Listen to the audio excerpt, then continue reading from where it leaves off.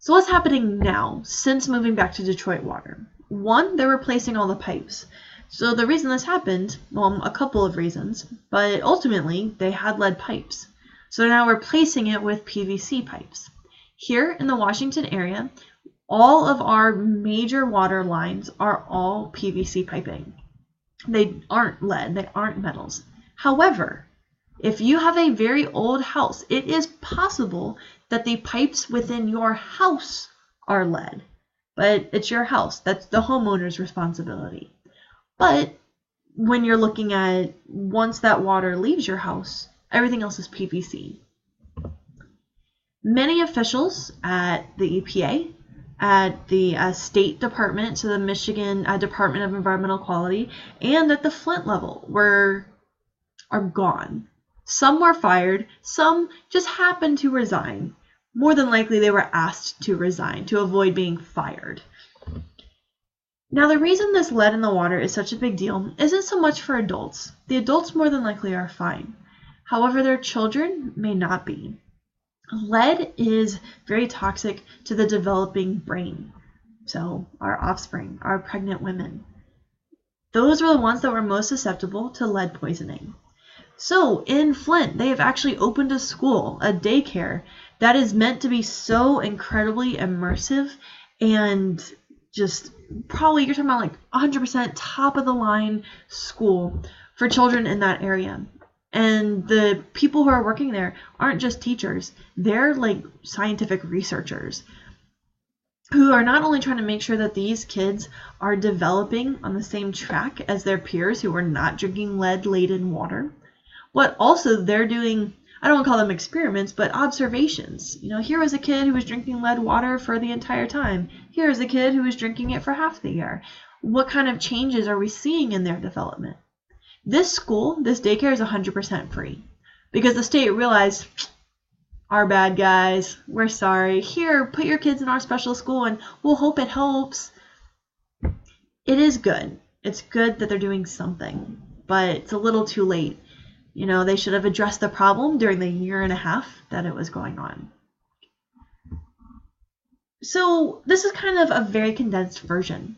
This video that's popping up is a news summary of kind of what happened in Flint. It expands a little bit more on the timeline. I am only expecting you to know what we went over. But this video kind of fills in some holes or maybe answers some of the questions that you have. So go ahead and pause here. Review back through your Flint notes and then watch this video to kind of get more perspective as to what happened in Flint.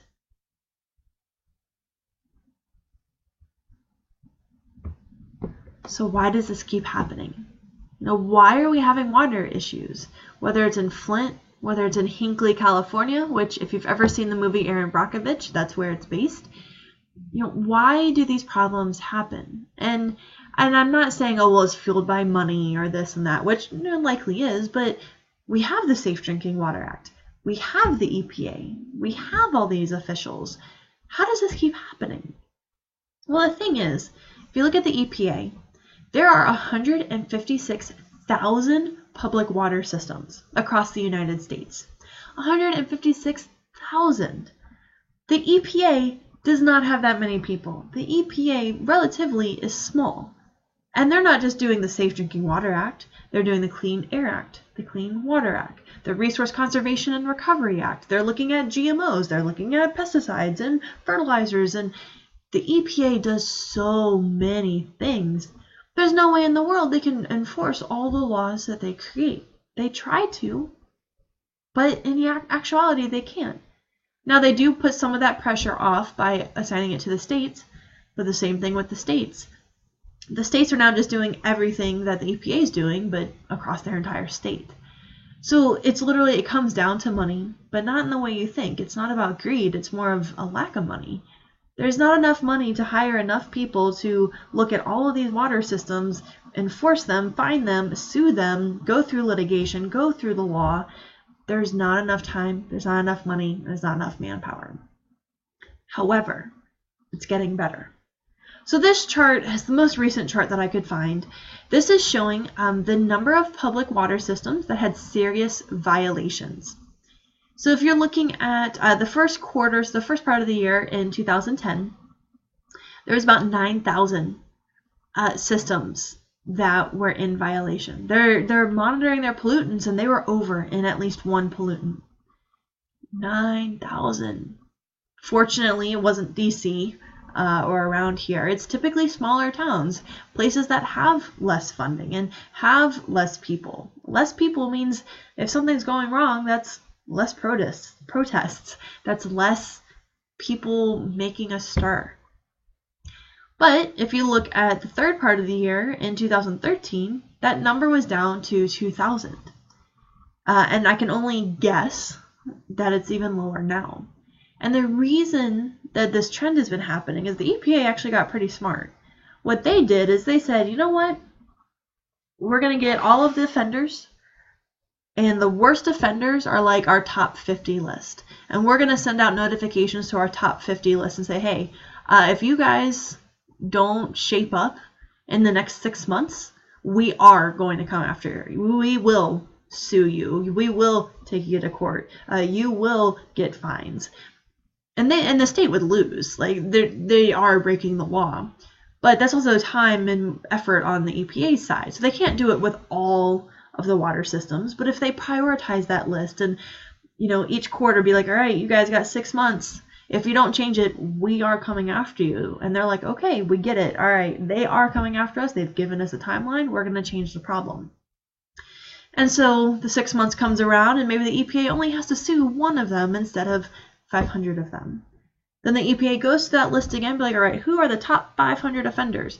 Let's do the same thing. Give them 6 months to turn it around, and if they don't, we're going after them. So essentially what they did, because these wastewater treatment plants and these drinking filtration plants know that they can get away with it, that nothing's going to happen.